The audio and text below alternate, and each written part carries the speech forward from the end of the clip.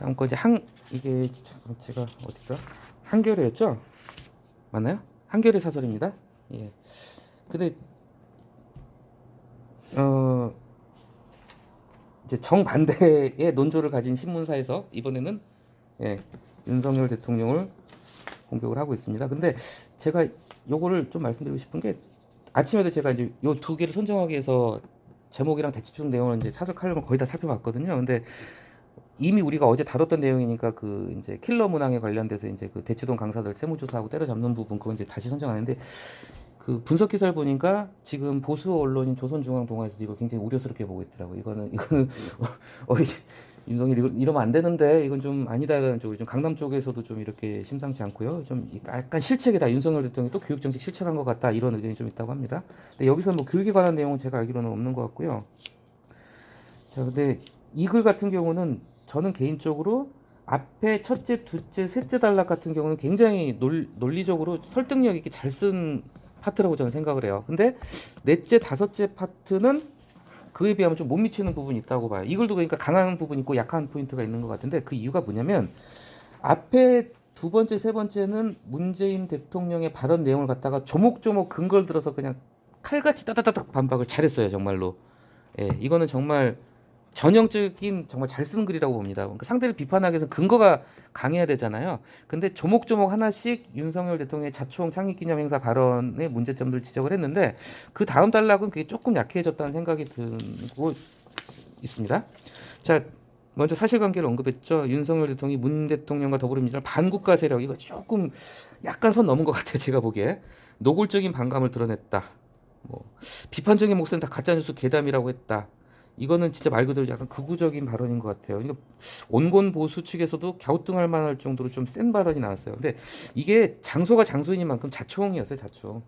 자총이 그 두 분은 더 용어가 익숙하시 옛날에 한국 반공혁명 있잖아요. 그거예요. 반공혁명. 자총. 그래서 우리 관변 단체들 중에서도 뭐 새마을이나 바르게나 평통이나 가장 이제 보수 성향이 강한 단체가 자유총연맹이고 반공혁명을 그 모체로 하기 때문에 그래서 이제 이러이러한 말씀들을 하셨어요. 근데 그래요. 근데 이제 왜곡된 역사식 뭐 북한 공산 집단의 안보리 제재 풀어달라고 요청하고 유엔사를 해체하는 종전선을 노래 부르고 다녔다. 자, 이것도 좀 한 가지 봐야 될 부분이요. 이것만 놓고 보면은 틀린 말은 아니에요. 왜냐면은 유엔 안보리 제재 우리가 해제해달라고 했거든요.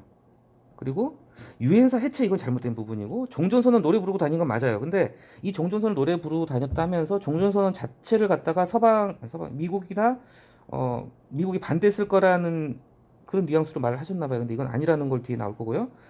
뭐 이런 식으로 자, 하지만 혹시 하지만이죠? 하지만 이거 종전선언 사실 미국도 같이 추진했던 걸로 저는 알고 있습니다. 트럼프가 뒤에도 나오지만 실제 트럼프가 이거 좀 진지하게 구상을 했고요. 항구적인 한반도 평화적인 정치적 선언으로 미국, 중국 주변군 유엔사 해체나 주한미군 철수와도 무관하다.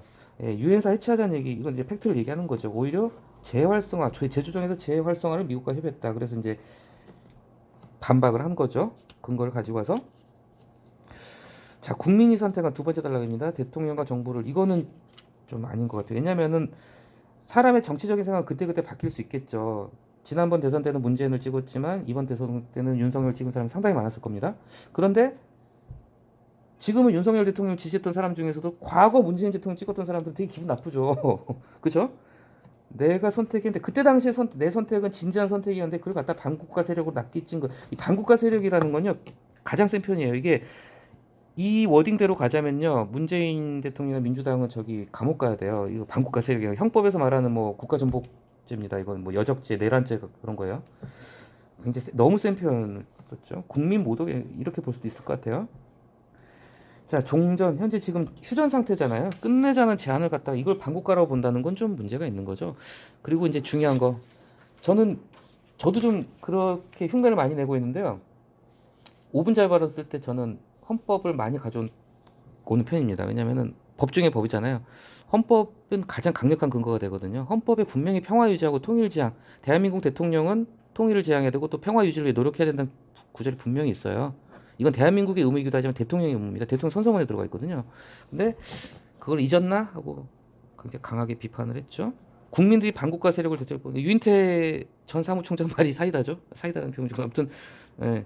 반국가 세력 가서 검찰총장 너 왜 했니? 정선이 대체 뭔지 말씀하신가? 자 이런 지적들을 하죠. 이거는 정말 맞아요. 그때 트럼프 대통령도 종전 선언 그때 마지막에 좀 어그러졌는데 갈 뻔한 걸로 알고 있습니다. 그 당시 신문 기사 좀 꼼꼼히 봤었거든요. 결국은 하지는 못했어요. 그런데 당시 트럼프도 기자회견에서 이렇게 얘기를 했어요. 그래서 북한 핵만 포기한다면은 너네가 핵만 검증 확실하게 하고 전부 다 폐기한다면 우리가 종전선언 해주고 체제 보장 해줄게. 그렇게 하려고 했던 게 결국은 마지막에 이제 뻐그러졌죠. 결국은 조 바이든 대통령도 지금 미국 대통령도 이걸 존중한다는 얘기를 했었나 봐요. 근데 그리고 게다가 자 이게 가장 강력한 거예요. 보수 정치 세력이 가장 뭐라고 할까? 신뢰하는 게 나라가 미국이잖아요. 자, 이걸 처음으로 공론한 사람은 김대중도 노무현도 문재인도 아니라 바로 조지 부시 미국 대통령이다. 이 전전전 대통령 때 이미 종전선언 얘기를 미국 대통령이 먼저 했다. 그럼 윤 대통령 말대로라면은 미국 대통령이 반국가 세력이 되는 거고, 그럼 미국 대통령이 반국가 세력인가? 이런 게 이제 어떤 글을 쓰는 재밌게 쓰는 기법인 것 같아요. 그래, 그럼 네 말대로 하자면 조지 부시가 종전선언을 먼저 얘기했네. 그래 그러면 조지 부시가 종전선언 노래 부르러 다녔으면 조지 부시도 반국가 세력이야? 그럼 미국 대통령이 반국가 세력이네? 그럼 너 반미주의자니? 예, 이게 말장난이긴 한데요. 예, 아주 강도 높은 비난을 할 때, 그러니까 이건 비난이라고 거의 비아냥에 가깝죠. 예, 저는 이제 이런 걸 보면 재밌다는 생각이 드는데 이런 식으로 감정을 실어서 상대를 공격하기도 합니다. 그래서 저는 여기까지는 그래도 미국 대통령도 이런 말을 했었고 실제 트럼프가 이런 말했고 바이든이 이런 말을 했고 조지 부시가 이런 말했고 이런 근거를 가지고 와서 근거를 가지고 아주 강력하게 반박을 잘한 것 같은데 그 다음 달락은 이 강도가 조금 그만큼 못한 것 같아요. 물론 윤 대통령의 워딩이 좀 너무 세요 지금. 예, 무섭죠. 너무 많이 있다. 야권을 정조준했다. 뭐 돈과 출세 때문에 이들과 한편이 되어 반국가적 요새 카르텔이 유행하고 있잖아요. 요새 제일 심한 쪽이 카르텔이라고 하더라고요. 예. 했다. 자, 정부 여당이 뭐 선동을 가져. 이것에 대해서는 뭔가 이렇게 반박할 만한 근거를 못 찾았는지 뭐 없는지 이것에 대해서는 근거 없이 그냥 유감 표명을 한 거죠. 말이 너무 셌다는 걸 갖다 얘기를 하면서 그렇다고 너네 잘하고 있니? 지금 정부 잘하고 있는 거 하나도 없는 것 같은데 그에 대한 성찰은 없고 자기 성찰은 없고 그렇게 윽박 지르는 게 네가 부르짖는 자유민주주의니 하고 비판을 하고 있는 거죠. 그리고 그 다음 단락에서 이건 저 진짜 순수히 개인적인 생각입니다. 이거는 틀린 말 아닌 것 같아요. 북한을 따른 주사파는 진보도 좌파도 아니다. 저는 이 부분은 정말 공감을 하거든요. 예.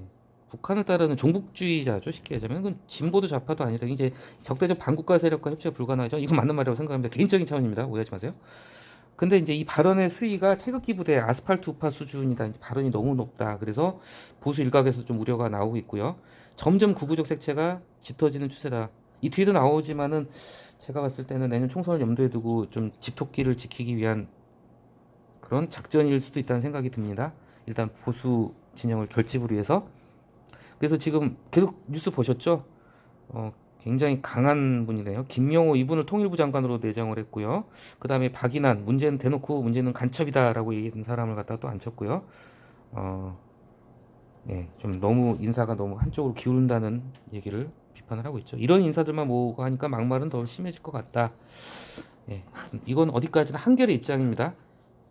윤석열 대통령의 발언에 대해서 호응하고 지지하는 사람들도 많으실 거예요. 그리고 일부는 또 맞는 말이기도 하고요. 예. 심했다. 그래서 마지막에는 이제 경고를 날리고 있는 것 같습니다. 이 말을 하기 위해서 결국 여기까지 온 것 같아요.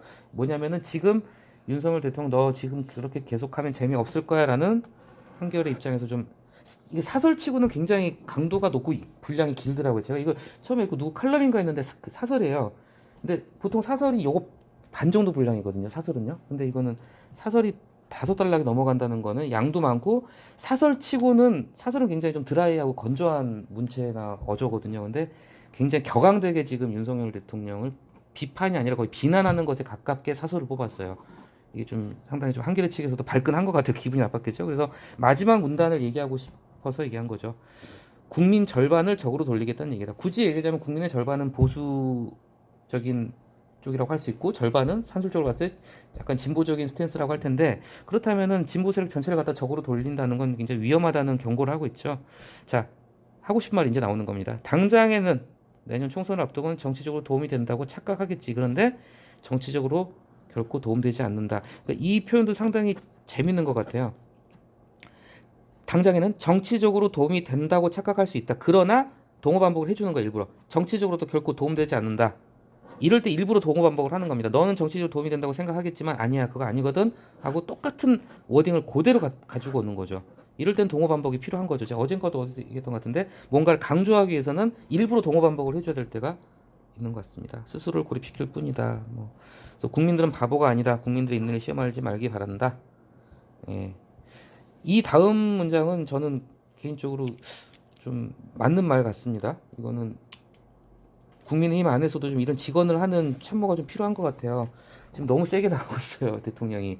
남북 관계는 물론이고 내부 정치에 있어서 너무 대결 일본대로 지금 그래서 강남 학원들 세무조사 들어가고 지금 막 때려잡고 있는데 그러니까 조선중앙동아도 약간 그거 아닌 것 같다는 사설이 나오기 시작을 했더라고요. 대통령에서 책무를 회개할 것이다. 그래서 앞에 글하고는 전혀 다른 글이었습니다.